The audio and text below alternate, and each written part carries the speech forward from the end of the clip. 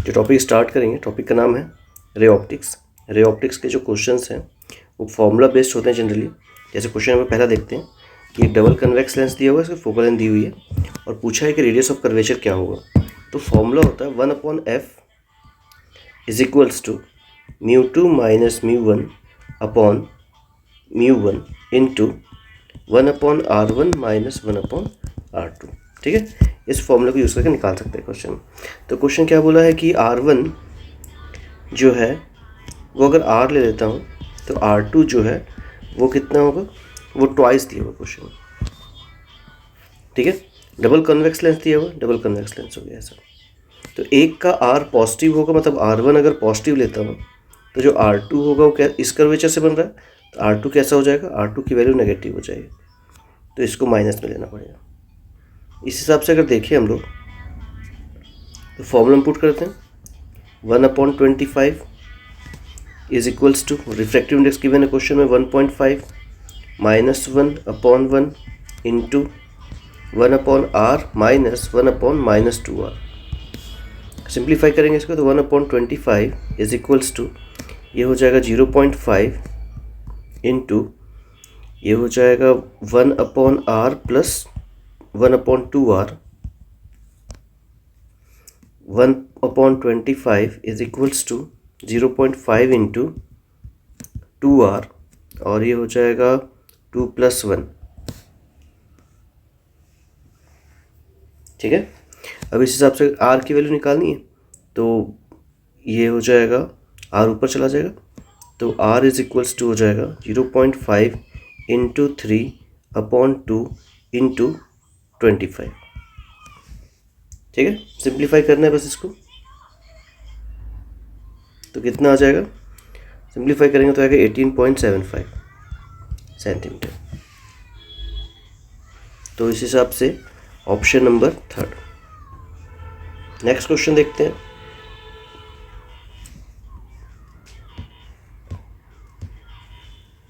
Next question में क्या बोला है कि एक थिन प्रिज्म है और थिन प्रिज्म में एंगल ऑफ इंसिडेंस जो है on surface small angle of prism emerging, जो लाइट बाहर निकल रही है 90 डिग्री बाहर निकल रही।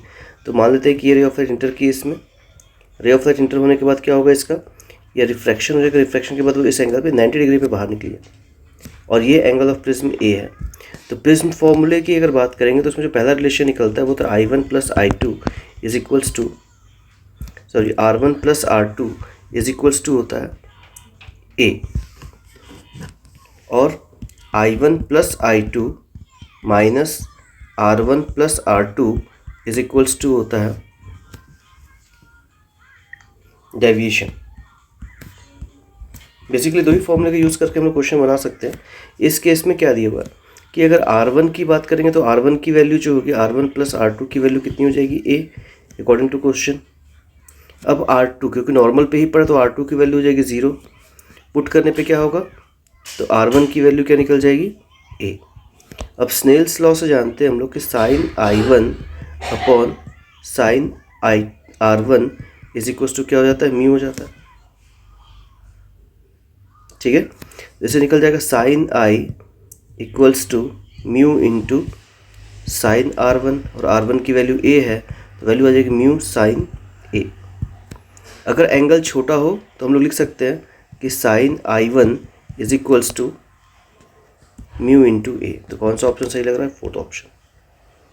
अगला दिया है plano convex lens is of a known material have focal length is given with the help of spherometer से क्या निकाल सकते हैं। ठीक है, तो स्फेरोमीटर से निकालते हैं radius of curvature of a curve surface, option B. Question number 4 start करते हैं। क्वेश्चन नंबर 4 में क्या बोलता है कि एक बाई कॉन्वेक्स लेंस है ऐसा और इसका जो पावर दिया हुआ है वो दिया हुआ 10 डायोप्टर और जो रेडियस दी हुई है आर की जो वैल्यू दी हुई है, आर की वैल्यू दी हुई है 10 सेंटीमीटर। और क्वेश्चन पूछा रिफ्रैक्टिव इंडेक्स क्या होगा, बाई कॉन्वेक्स है।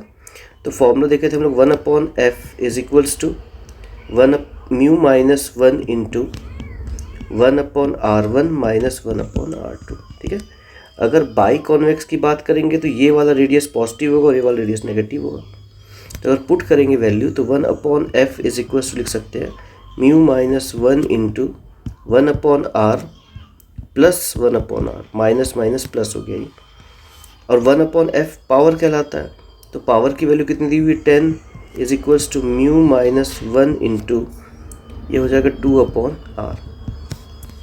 तो 1/10 इज इक्वल्स टू हो जाएगा म्यू माइनस 1 इंटू 2 का 2, और r की वैल्यू दी हुई थी 10 सेंटीमीटर, मतलब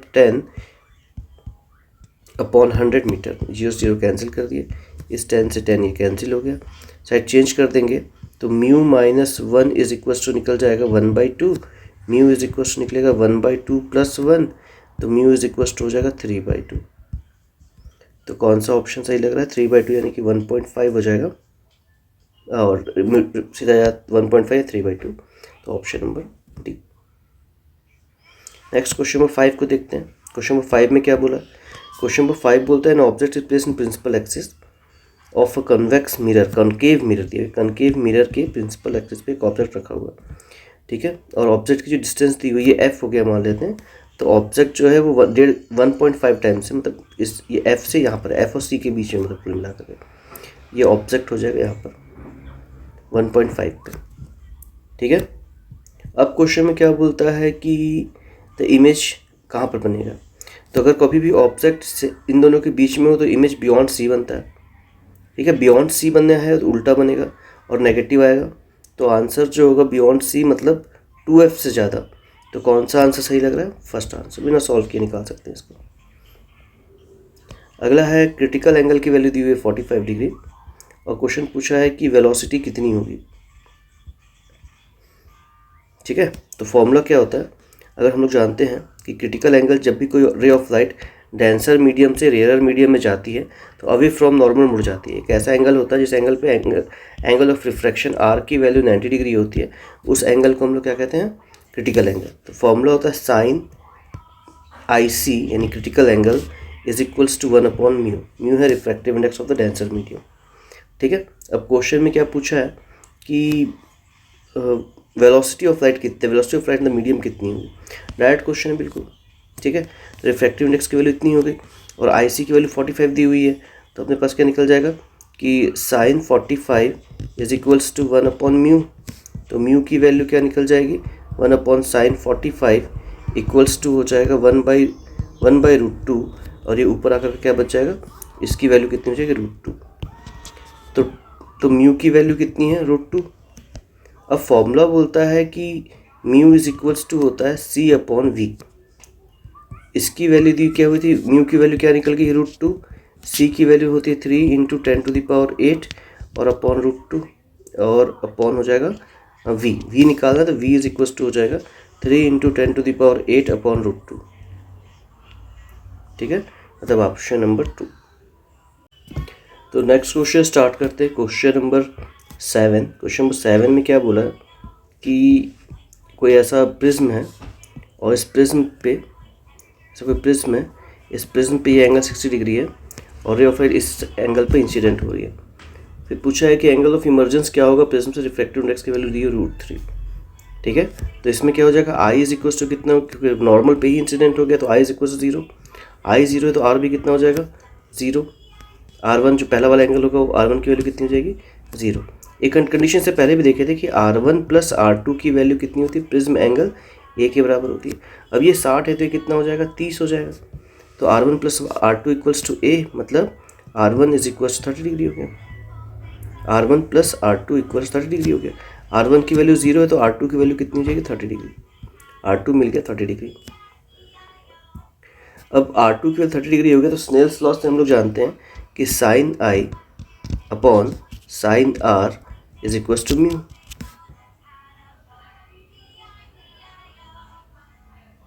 ठीक है। इसी को यूज़ करके निकाल लेते हैं, तो कितना हो जाएगा, म्यू की वैल्यू दी हुई √3 हो जाएगा, √3 sine R2 is equals to sine I बस पुट कर देते हैं तो ये हो जाएगा √3 sine 30 is equals to sine I2। ये एंगल ऑफ इमर्जेंस हो गया। एंगल ऑफ इमर्जेंस कितनी निकल जाएगी, इसकी वैल्यू जाएगी √3, साइन 30 की वैल्यू होती है √3/2, 1/2 हो गया कितना, ये हो गया √3/2, तो ये हो जाता है I2 की वैल्यू जो होगी वो हो जाएगी 60 डिग्री। तो कौन सा ऑप्शन सही लग रहा है इसका? Option number 1। क्वेश्चन नंबर 8 देखते हैं। क्वेश्चन नंबर 8 में बोला है बाई कॉन्वेक्स लेंस है, ये तो डायरेक्ट क्वेश्चन है, ठीक है, दोनों को सिंपली माइनस करने पे आंसर आ जाएगा। तो एक का फोकल लेंथ कितना दिया हुआ है 20, एक का फोकल लेंथ दिया हुआ है -5, तो टोटल कितना हो जाएगा 20 - 5 = 15, option number B. Next question number 9 बोलता क्या है कि एक बाई कॉन्वेक्स लेंस है, इसका रेडियस दिया हुआ है, ठीक है, पहले ही बना चुके हैं ऐसा क्वेश्चन। बाई कॉन्वेक्स लेंस है, इसका रेडियस कितना दिया हुआ है 20 centimetre etch. If the refractive index of the material is 1.5 find the power of the lens. तो 1/f का फॉर्मूला क्या होता है? क्वेश्चन नंबर 9, 1/f का फॉर्मूला होता है μ - 1 × 1/r1 - 1/r2। तो 1/f = क्या हो जाएगा 1.5 × 1/r1 की value 1/r minus minus plus 1/r। तो 1/f जो कि पावर कहलाएगा = हो जाएगा 1.5 - 1 0.5 हो गया × 2/r।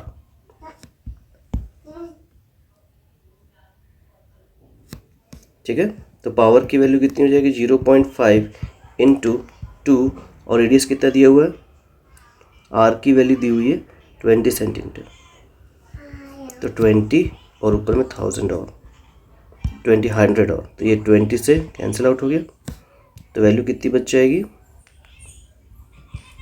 ये 5 बचा, तो ये 5 आंसर आ गया, 5 डायोप्टर। तो आंसर कौन सा हो जाएगा? Option number 2। नेक्स्ट क्वेश्चन क्या बोलता है? Question number 10। क्वेश्चन नंबर 10 में भी रिफ्रैक्टिव इंडेक्स का क्वेश्चन है, इसे डायरेक्ट बना सकते हैं, ऑप्शन नंबर ए हो जाएगा इसका आंसर। एस्ट्रोनॉमिकल टेलीस्कोप का क्वेश्चन है कि एस्ट्रोनॉमिकल टेलीस्कोप में कौन सा कंडीशन सही है, तो इसका ऑप्शन नंबर डी हो जाएगा। क्वेश्चन नंबर 12 स्टार्ट करते हैं। क्वेश्चन नंबर 12 में क्या दिया हुआ है कि एक लाइट है जो कि फर्स्ट मीडियम में x डिस्टेंस ट्रैवल करती है t1 टाइम से और 10x डिस्टेंस ट्रैवल करती है t2 टाइम से। तो वेलोसिटी v1 की वैल्यू क्या हो जाएगी, इससे निकाल सकते हैं। वेलोसिटी v1 की वैल्यू हो जाएगी x/t1, वेलोसिटी v2 हो जाएगा 10x/t2। अब पूछा कि म्यू क्या होता है, तो म्यू होता है v2/v1। v2/v1 का मतलब दोनों को डिवाइड कर देंगे, 10x/t2 10x/t1 हो जाएगा, ये घूम करके ऊपर चला जाएगा, x x कैंसिल हो जाएगा, तो म्यू की वैल्यू क्या मिल जाएगी, म्यू की वैल्यू मिलेगी 10t1/t2। ठीक है, अगर इस हिसाब से पूछें कि sign refractive index sign i1/sin i2 कितना होगा, ठीक है, ये क्या हो जाता है, रिफ्रैक्टिव इंडेक्स के बराबर निकल जाता है। ठीक है, इसको हम लोग बोलते हैं sin i/sin r = म्यू हो जाता है, इसको हम लोग बोलते हैं स्नेल्स लॉ। ठीक है, और इसमें क्या होता है कि रेयर मीडियम, इसमें जो निकला रिफ्रैक्टिव इंडेक्स, एक इसका निकल गया, रेयर मीडियम का निकल गया है, तो अपने पास कंडीशन होता है कि 1/sin IC = डेंसर मीडियम का रिफ्रैक्टिव इंडेक्स डायरेक्टली लगा सकते हैं। ठीक है, इस हिसाब से अगर पुट करेंगे तो sin IC की वैल्यू क्या निकल जाएगी, रिफ्रैक्टिव इंडेक्स के बराबर, मतलब 10t1/t2 के बराबर। इससे IC की वैल्यू क्या निकल जाएगी, sin इनवर्स 10t1/t2। तो कौन सा ऑप्शन सही लग रहा है इसका, option number 3rd। Next question है, two thin lenses of same focal length but have one convex when they are placed to contact each other the equivalent focal length of the combination। दो है, एक concave है और एक convex, दोनों को अगर आपस में कंबाइन कर दें तो फॉर्मूला होता है f = 1/f = होता है 1/f1 + 1/f2। अब दोनों की वैल्यू सेम है तो माइनस करने पे 0 हो जाएगा, और 0 को जब उल्टा करेंगे, जैसे ये 1 इसकी वैल्यू हो जाएगी, इसका f होगा, इसका -f फोकल लेंथ होगा, जब पुट करेंगे तो 1/f = होगा 1/f - 1/f। सिंप्लीफाई करेंगे तो दोनों कट जाएंगे, बचेगा f 1/f = 0, तो f = क्या आ जाएगा, इनफाइनाइट। f = इनफाइनाइट मतलब ऑप्शन नंबर 3। नेक्स्ट है थ्योरेटिकल क्वेश्चन है, 3 अलग अलग मीडियम से बना हुआ है लेंस, तो कितने इमेज बनेंगे, तो इसका आंसर हो जाएगा 3 डिफरेंट इमेज बनेंगे। ठीक है, फिर बोलता है कि when which of the colour is not coming out of the, ठीक है, तो इस सिंपल सा क्वेश्चन है, इसमें हम लोग को पता है कि जो sin IC होता है, क्रिटिकल एंगल की वैल्यू जो होती है वो डिपेंड करता है रिफ्रैक्टिव इंडेक्स पे। डेंसर वाले के, और ये प्रोपोर्शनल होता है वेवलेंथ के। तो IC जो होगा कह सकते हैं डायरेक्टली प्रोपोर्शनल होता है वेवलेंथ के। तो क्रिटिकल एंगल वेवलेंथ पे डिपेंड करेगा, ठीक है। तो विब गियोर के हिसाब से अगर देखते हैं हम लोग, विब गियोर के हिसाब से अगर देखते हैं हम लोग, तो कौन सी लाइट रिफ्लेक्ट हो जा रही है, ग्रीन वाली लाइट जो है वो रिफ्लेक्ट होकर के वापस चली जाएगी। ये क्रिटिकल एंगल के लिए बन रहा है। इसका वेवलेंथ ज़्यादा है, इसका वेवलेंथ ज़्यादा है, इसका वेवलेंथ मतलब इनकी क्रिटिकल एंगल की वैल्यू ज़्यादा है, और इसकी और इसकी क्रिटिकल एंगल की वैल्यू क्या है, कम है।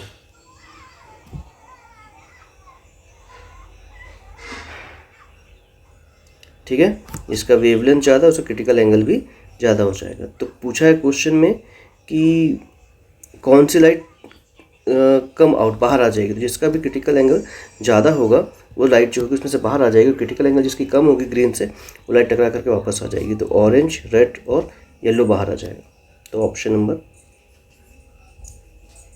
फर्स्ट, ऑरेंज, रेड और येलो। ठीक है, इस प्रकार एक चैप्टर और कंप्लीट हो गया, रे ऑप्टिक्स से क्वेश्चन पूरे हो गए। अगला जो चैप्टर पढ़ेंगे हम लोग वो होगा वेव ऑप्टिक्स। नेक्स्ट जो चैप्टर स्टार्ट कर रहे हैं हम लोग वो है वेव ऑप्टिक्स। वेव ऑप्टिक्स में जो पहला क्वेश्चन दिया हुआ है यंग्स डबल स्लिट एक्सपेरिमेंट का दिया हुआ है। क्वेश्चन में पूछा है कि Young's double slit experiment, if there is no initial phase difference between the light from the two slits, a point on the screen corresponding to fifth minimum has path difference. Path difference का formula पूछा है। तो nth minimum का formula क्या होता है, nth minimum का formula होता है equals to the 2n-1 into lambda by 2। Fifth बोला है तो फिफ्थ मिनिमम पूछा है, पुट कर देंगे तो ये हो जाएगा, फिफ्थ मिनिमम का वैल्यू कितना हो जाएगा, 2 इंटू 5-1 इंटू लैम्डा बाई 2, ये हो जाएगा 10-1 यानी कि 9 लैम्डा बाई 2। ठीक है, तो आंसर हो जाएगा answer number 3। Question number second बोलता है एंगुलर विड्थ का क्वेश्चन है कि angular width of the central maxima in the Fraunhofer refraction. ठीक है, तो एंगुलर विड्थ का फॉर्मूला पूछा है, maximum in the Fraunhofer is 6000 angstrom theta 0 and the same slit is eliminated by another monochromatic light, the angular width decrease by 30%। तो कितना हो जाता है, अब कितना हो जाएगा, पहले थीटा था, थीटा 0, अब कितना हो जाएगा, अब हो जाएगा 0.7 टाइम्स ऑफ थीटा 0। ठीक है, जब सिंप्लीफाई करेंगे तो डी कैंसिल हो जाएगा, तो फॉर्मूला आएगा थीटा 0 अपॉन theta 0 into 0.7 equals to 6000 upon lambda. ये कैंसिल आउट हो गया, लैम्डा की वैल्यू निकलेगी 6000 इंटू 0.7, सिंप्लीफाई करने पे कितना हो जाएगा, 4200 एंगस्ट्रॉम। मतलब answer number second. Next question है ब्रेविस्टर एंगल का। ब्रेविस्टर एंगल की अगर बात करेंगे तो ब्रेविस्टर एंगल के लिए फॉर्मूला होता है 10IP। Brewster angle equals to μ2 upon μ1। अब इस क्वेश्चन में क्या गिवन है कि the Brewster angle interference should be, कितना होना चाहिए, कम से कम किसके किसके बीच में होना चाहिए। ठीक है, तो 10IB की वैल्यू, μ1 की वैल्यू 1 दी हुई है, तो कितना हो जाएगा, 10IB इज इक्वल्स टू क्या हो जाएगा, μ2। और तो जो इसकी वैल्यू μ2 की जो वैल्यू निकलेगी वो 1 से बीच में आएगी, तो इससे क्या निकल जाएगा, 10IB इज़ ग्रेटर देन 1 होगा, 1 से बड़ा होना चाहिए। ठीक है, ये कंडीशन तब सस्टेन होगी जब IB की वैल्यू जो होगी वो 90 से लेकर के 45 के बीच में हो। ठीक है, तो कौन सा ऑप्शन सही है इसका, option number 4। Young's double slit experiment if the separation between the coherence, separation को बढ़ाने पे क्या हो। ठीक है, तो 4 टाइम्स हो जाएगा, 4 टाइम्स मतलब option number D. 2 coherent sources of light interference produces fringes in the screen. Central maxima phase difference कितना होना चाहिए, 2 वेव्स, सेंट्रल मैक्सिमा की वैल्यू कितना, 0। Next question, A lens of large focal length and large aperture is best suited for objective astronomical telescope. इसे क्यों use करते हैं। ठीक है, तो अगर एपरेचर को बढ़ा दें तो क्वालिटी और विजिबिलिटी ऑफ इमेज बढ़ जाएगी। Large area of objective, better gathering power, large aperture provide better resolution. चारों ऑप्शन सही है। फिर एक एसर्शन रीजन का क्वेश्चन है, For Young's double slit experiment, two statements are given below. Statement: if the screen is moved away from the plane of the slit, angular separation of the fringes remain constant. दूर ले जाने पर angular separation same रहता है. ठीक है, ये तो बिल्कुल सही है. स्टेटमेंट बोलता है if the monochromatic source is replaced by another monochromatic source the larger wavelength the angular separation of fringes decrease. Wavelength को बढ़ा देंगे.